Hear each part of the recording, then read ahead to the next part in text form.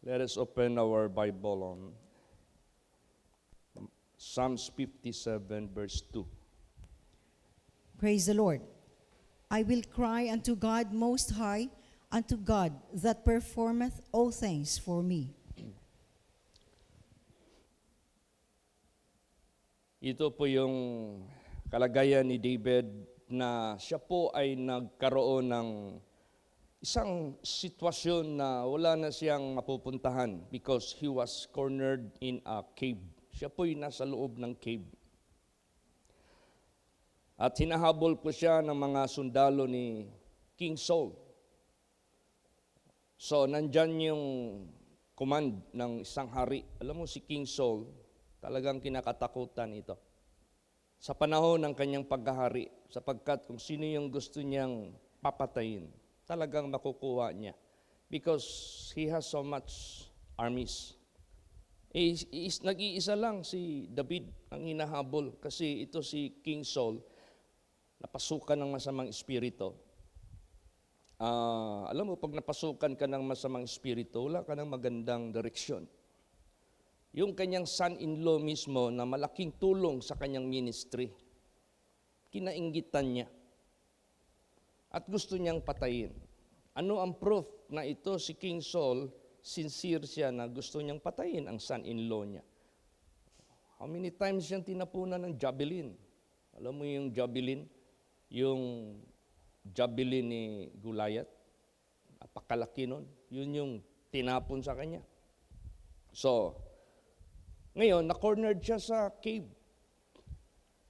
Wala na siyang malalapitan. Sabi nga niya dyan when I look to my right hand and to my left, meaning to say, he is trying to look to the right, to the left, yung mga acquainted niya.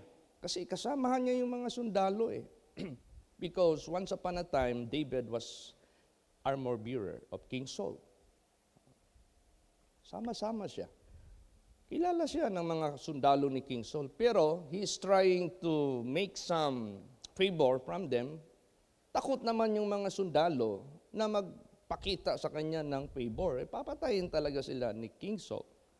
Kaya ang sinabi niya dito, I will cry unto God Most High.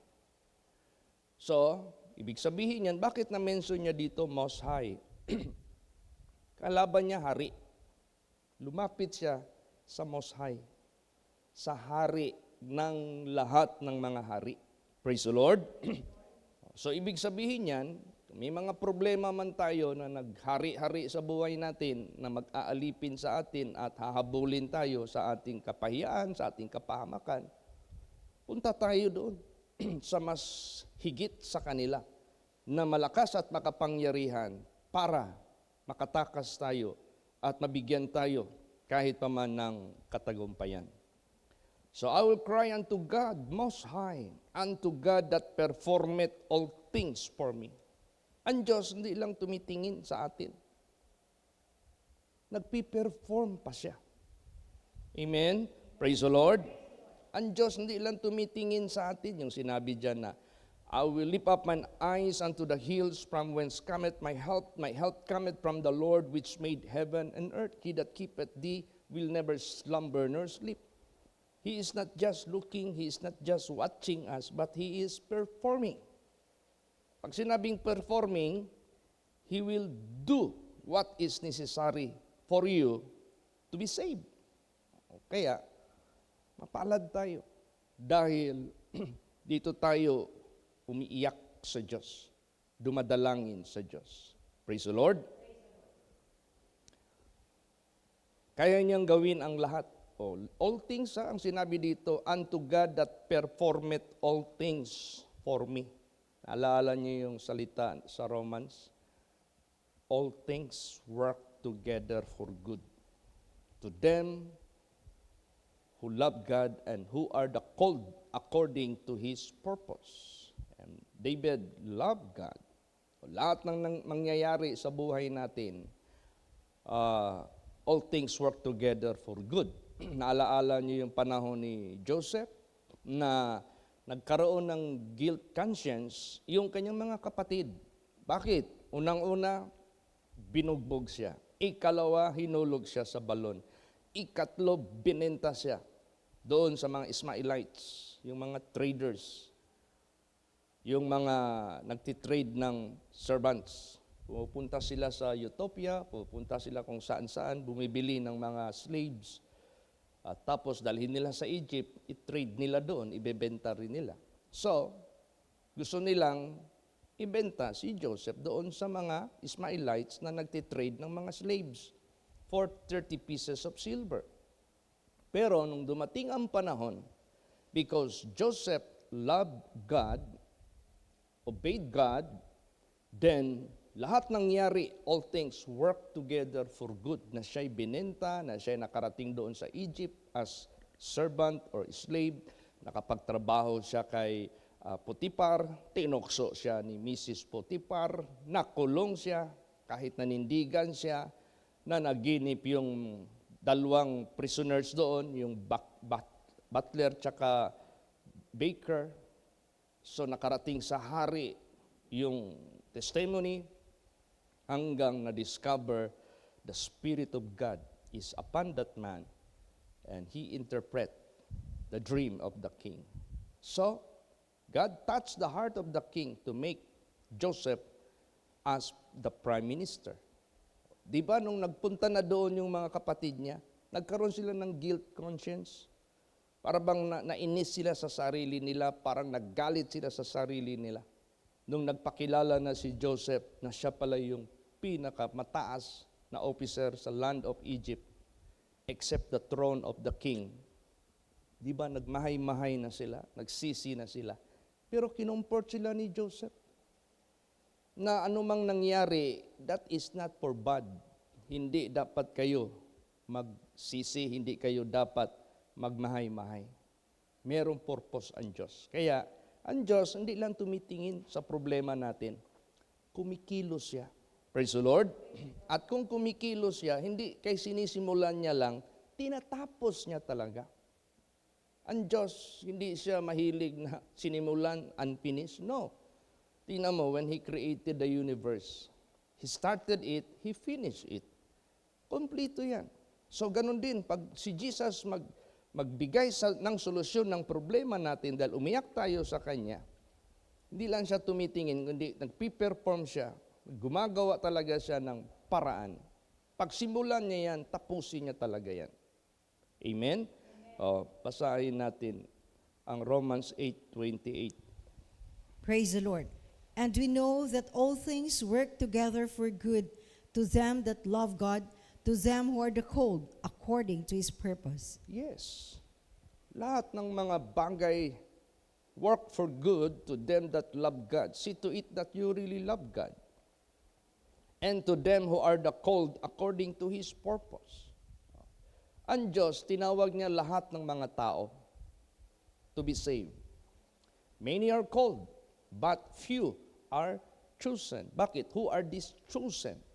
Yun lang yung nakinig sa tawag ng Diyos. Na pag tinawag sila ng Diyos, sumasagot sila, Lord, here I am. I will not depart from you. Yung mga iba kasi, tinawag ng Diyos, pinagaling, sinilutas ang problema, umalis din sa Panginoon. So, hindi sila mahulog na chosen because they are among those who are called, pero hindi naman sinagot ang calling ng Diyos sa buhay nila. They neglect the calling of God to inherit the kingdom of God. They just approach God for the life here on earth, for the temporal things, for the carnal things. Wala. Kaya importante, called ka, dapat chosen ka rin. Praise the Lord. So tingnan mo, lahat ng bagay, all things. Kaya nga, God is performing all things for you. Pag ikaw ay tumawag sa Kanya. So, all things work together for good. Yung sinabi sa Romans 8:28.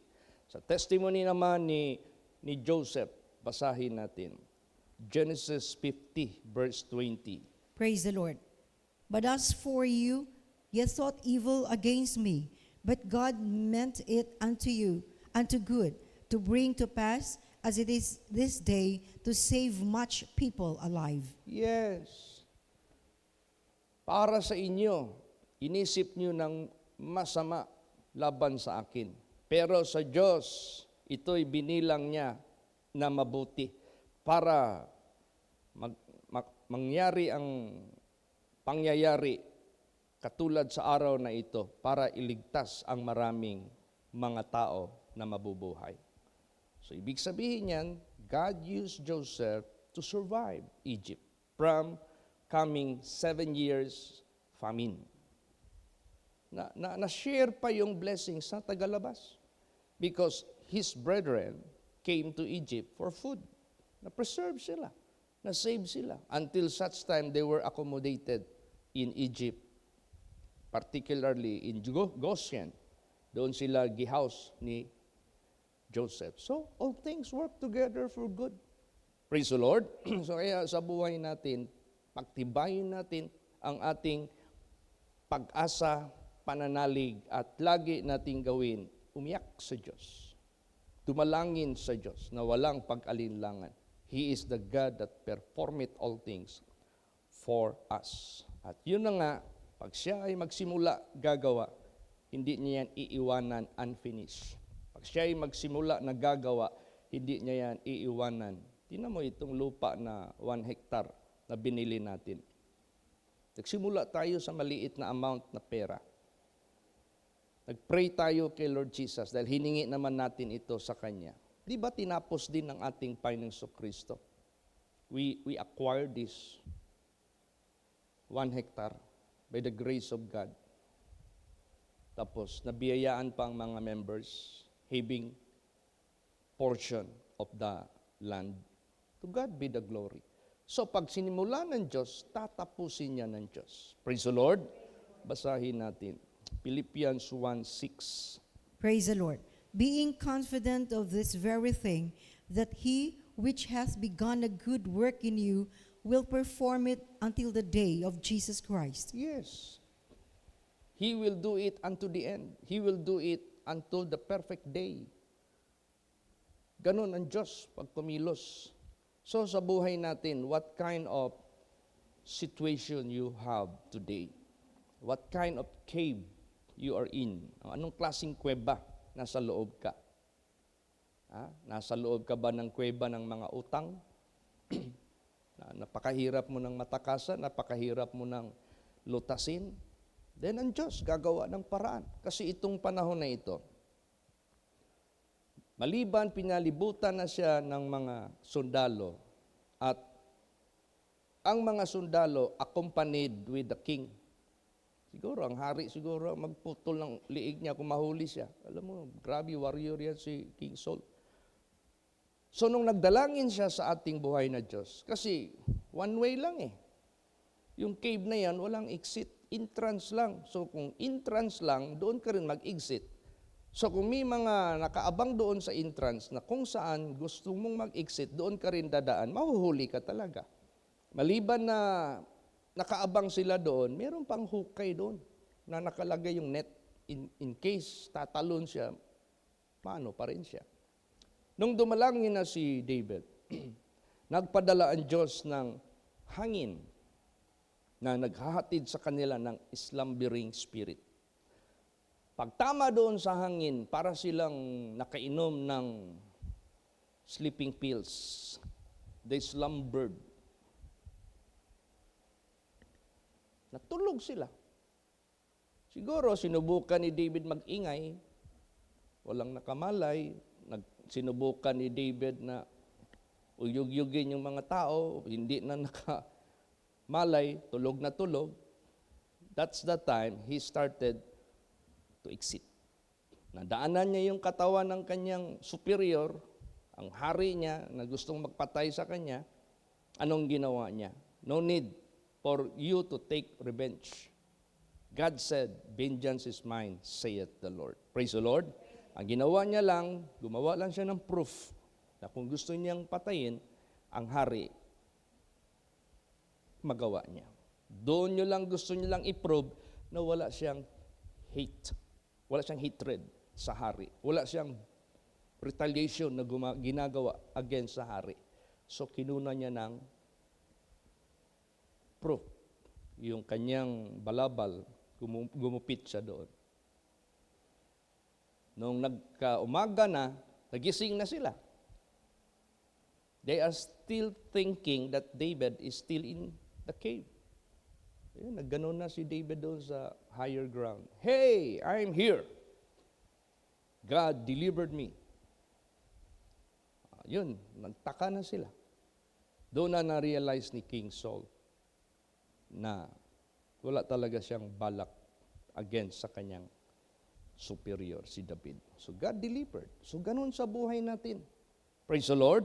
Kung may mga pagsubok man sa buhay natin, not necessary for us to do evil, to do bad things sa mga nagpipersecute. Kung meron man, hindi na kailangan gagawa ka pa ng masama, ng paraan ng masama para malutas yung problema mo. Let God do it for you. Pag ang Diyos gagawa sa iyo, malinis. Praise the Lord. Wala kang guilt dahil hindi na necessary. So, what kind of cave you are being situated? Anong klaseng cave? Utang, kayang lutasin. Sakit, kayang lutasin. Necessities, kayang i-provide. Persecution, kayang mapagtagumpayan. Lahat, all things, lahat kaya ng ating Panginoong Diyos. Kaya sa buhay natin, God is the author and the finisher. Pag mag-approach tayo sa Diyos, kompleto yan. He will start and He will finish it. Basa. Hebrews 12 verse 2. Praise the Lord. Looking unto Jesus, the author and the finisher of our faith, who for the joy that was set before him endured the cross, despising the shame, and is set down at the right hand of the throne of God. Yan. Author and the finisher. Ibig sabihin yan, kaya niyang simulan, kaya niyang tapusin. Ihahatid ka sa katagumpayan. Ihahatid ka sa success. Ihahatid ka sa victory. Kaya yan ang kaibahan pag ang Diyos ang ating nilapitan. Dahil siya yung mas higit sa lahat ng problema, higit sa lahat ng mga... Ano ang sitwasyon mo sa sanglibotang ito na nagigipit ka? Kaya dalangin natin ito lahat sa ating Panginoong Kristo, ito mga challenges na ating hinaharap. Sa ministry, sa personal, sa family, sa individual, lahat. Lahat ng mga challenges from the least to the greatest, from the smallest to the biggest challenges. Ibigay natin lahat yan sa ating Panginoong Hesus Kristo. Tatapusin niya yan. He will start it. And kaya lang, gusto niya tayo maging patient. Praise the Lord. Patient lang. No? Hintay lang tayo. We must be willing. Wala namang shortcuts. Wala namang shortcut, sabihin ko po sa inyo. Kung ano yung status mo sa paglilingkod sa Diyos, that is not overnight. That is not like a magic. You have to invest your faith, trust, submissiveness, obedience to God. Then little by little, gagawin ng Diyos yung sinimulan niya sa buhay mo until you settle down in the highest level, which is the kingdom of God. So, ang Diyos ang magsasakdal sa lahat ng ating buhay at hindi niya tayo iiwanan magpakailan paman. Basta dyan tayo mag-approach sa Kanya. Praise the Lord. Basahin natin ang Psalms 138 verse 8. Praise the Lord.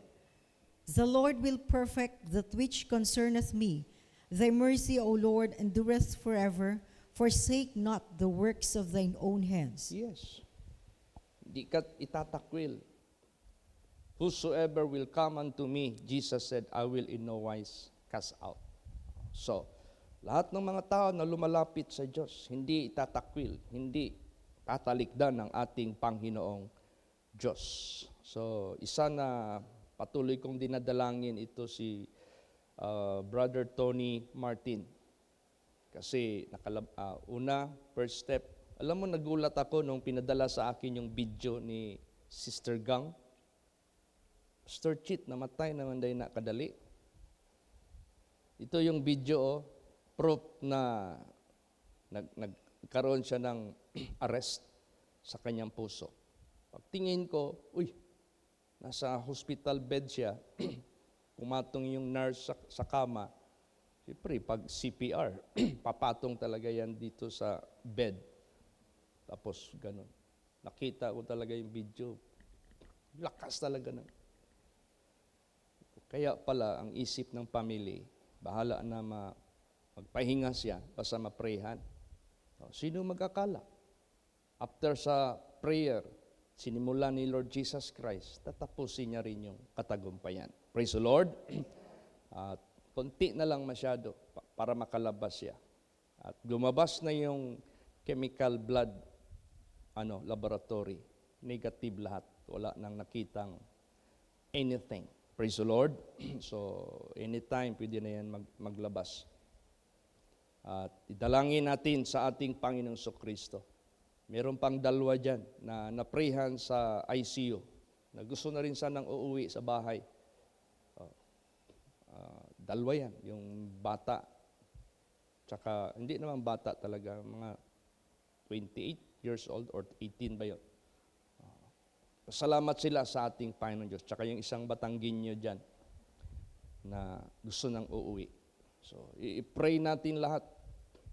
Ngayon, kung yan ginawa ng Diyos sa mga tao na nag-approach sa ating Panginoong Kristo, ganun din. Alam mo yung bata-bata doon na aking naprehan? Nakarinig lang yun sa conversation namin sa mga piniprehan ko. Pagdaan ko sa kanilang bed, tumingin sa akin yung mother. Kinaway ako. Pastor, prehi akong anak. God touched them. God blessed them. So God is really working, doing. Gumagawa talaga ang Diyos. Hindi gumagawa ang Diyos, wala. Tulad ni Mr. Martin. After the prayer, biglang nakasalita. Nasauli yung kanyang memory. Accurate na lahat. Pagkatapos, few days lang, kinuha na yung NGT dahil nakaka-swallow na ng pagkain. Tapos yung oxygen, kinuha na kasi yung kanyang heartbeat, yung oxygen, okay na, stable na. Pagkatapos, yun na, nilabas na sa ICU, nasa private room na. Check ng blood chemical, negative lahat. So, clear na. So, kunti na lang yan, makalabas na yan by the grace of God. Praise the Lord. So, ganun din yung ating mga problema sa preparasyon natin. May nag-aasa akin, Pastor Bardani, Sir Chit, ang atip nandyan na ba? Kasi ginagawa na yun eh. Nandyan na yung mga zipper lanes, piniprepare na. Nasa gitna na sila ng part ng trusses. Pagtapos niyan, dali na lang yan. I-supply na lang yung mga zipper lanes. Sabi niya sa akin, nandyan na ba daw yung atip? Sabi ko, coming, God will provide. Praise the Lord. Anong atip ilagay natin dyan? Color roof by the grace of God. So, mag-pray tayo. Umiyak tayo sa Diyos. Praise the Lord. With God, nothing is impossible. Ipiperfect niya ang mga bagay na ating kahilingan sa Kanya. Basahin natin. Psalms, yung binasag bago lang, the Lord will perfect that which concerneth me. What is concerning you? Imperfection, lacking, kulang. Siya yung mag-perfect niyan. Siya yung mag-finish niyan. Thy mercy, O Lord, endureth forever. Forsake not the works of thine own hands. Ngayon, pag tayo'y manalig sa Diyos, gusto ng ating Panginoon Diyos, fix yung heart mo sa pananalig sa Diyos. Huwag yung, tinan mo si Peter, hindi fix yung pananalig niya kay Jesus. Hiningi niya kay Lord Jesus, Lord, bid me to go to you. Because Jesus was walking on the surface of the water of the sea. Sabi ni Peter, Lord, bid me to go to you. Papuntahin mo ako dyan. Hindi man fix yung kanyang faith. Hindi man fix ang kanyang heart. Tumingin pa man siya sa kaliwat kanan, sa hangin at sa waves. Natakot siya ngayon. Then, he started to sink. Mabuti na lang, hindi pa nakarating yung tubig dito sa may muka. Nakasalita pa siya. Siguro dito pa yung tubig. Lord, help me. Then Jesus stretched forth His hand. So if ever we put our trust in God, you have to fix your heart. Praise the Lord. Basahin natin. Psalms 57 verse 7. Praise the Lord. My heart is fixed, O God. My heart is fixed. I will sing and give praise. Yes, fix mo. Nagsimula kang nanalig sa Diyos. In the middle of your journey, merong mga waves, may mga wind, may mga matatawag nating turbulence in life. Then, your heart must be fixed, trusting in God. God can handle it for you. God can do it for you to overcome. God can do it for you to cross that river, kung sa river pa. My heart is fixed. O God, my heart is fixed. I will sing and give praise. Ibig sabihin yan, if you sing, you have a happy heart. If you give praise, you are grateful to God. So meaning to say, you have a positive thinking.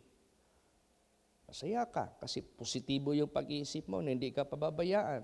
You praise Him dahil siya yung inaasahan mo. Pinupuri mo na ang ating Panginoon Diyos, pinapasalamatan mo na. So, do it with a fixed heart. Puso talaga na nananalig sa Diyos. You will experience the help of God. Simulan niya, tapusin niya yan. Amen? Praise the Lord. Kaya, in the middle of the journey, make your heart fixed, trusting in God. Huwag kang mag-alinlangan para hindi tayo maging katulad ni Peter na nag-sink dahil natakot siya, tumingin siya sa kaliwat kanan. So, ngayon, Pastor Chit, can God deliver us from all we fear? Yung mga abala ka, nagkabalaka ka, afraid ka, anxious ka sa mga bagay. Kaya ng Diyos ligtasin sa lahat ng mga ito? Yes, He can do it perfectly. Last verse. Psalms 34 verse 4. Praise the Lord. I sought the Lord, and He heard me, and delivered me from all my fears. Praise the Lord. Yes, I sought the Lord, and He heard me, and delivered me from all my fears. See? Hanapin mo ang Diyos with a fixed heart. Hanapin mo ang Diyos with a whole heart. Tapos, pag nalutas yung mga problema mo, huwag ka nang mag-depart sa Diyos. Kasi hindi lang yan ang mga bagay na tatamuin mo mula sa Diyos. In trance pa lang yan. Kumbaga pa, that is not yet the whole thing na matatanggap mo mula sa Diyos. Sa lifespan mo sa sanglibutang ito, there are years still coming sa buhay mo. Kailangan mo pa ang grace, ang favor, ang lahat, guidance, blessings, provision, lahat, wisdom, kailangan mo pa. Then, lalot na doon, after here sa sanglibutang ito, higit makikita mo na yung pinaka-inner na gusto ng Diyos iparating sa iyo. The eternal glory, the eternal kingdom of God. So, salamat tayo sa ating Panginoon Diyos. The entrance of His Word is so bright. Entrance pa lang yan. Lalot na. Makapasok ka dyan, patuloy ka na. So, warning ng Diyos sa lahat ng mga tinatawag ng Diyos, binibless ng Diyos, fix your heart, trusting in God, and do not ever decline. Huwag ka mag-decline. No? Incline your heart to the Lord.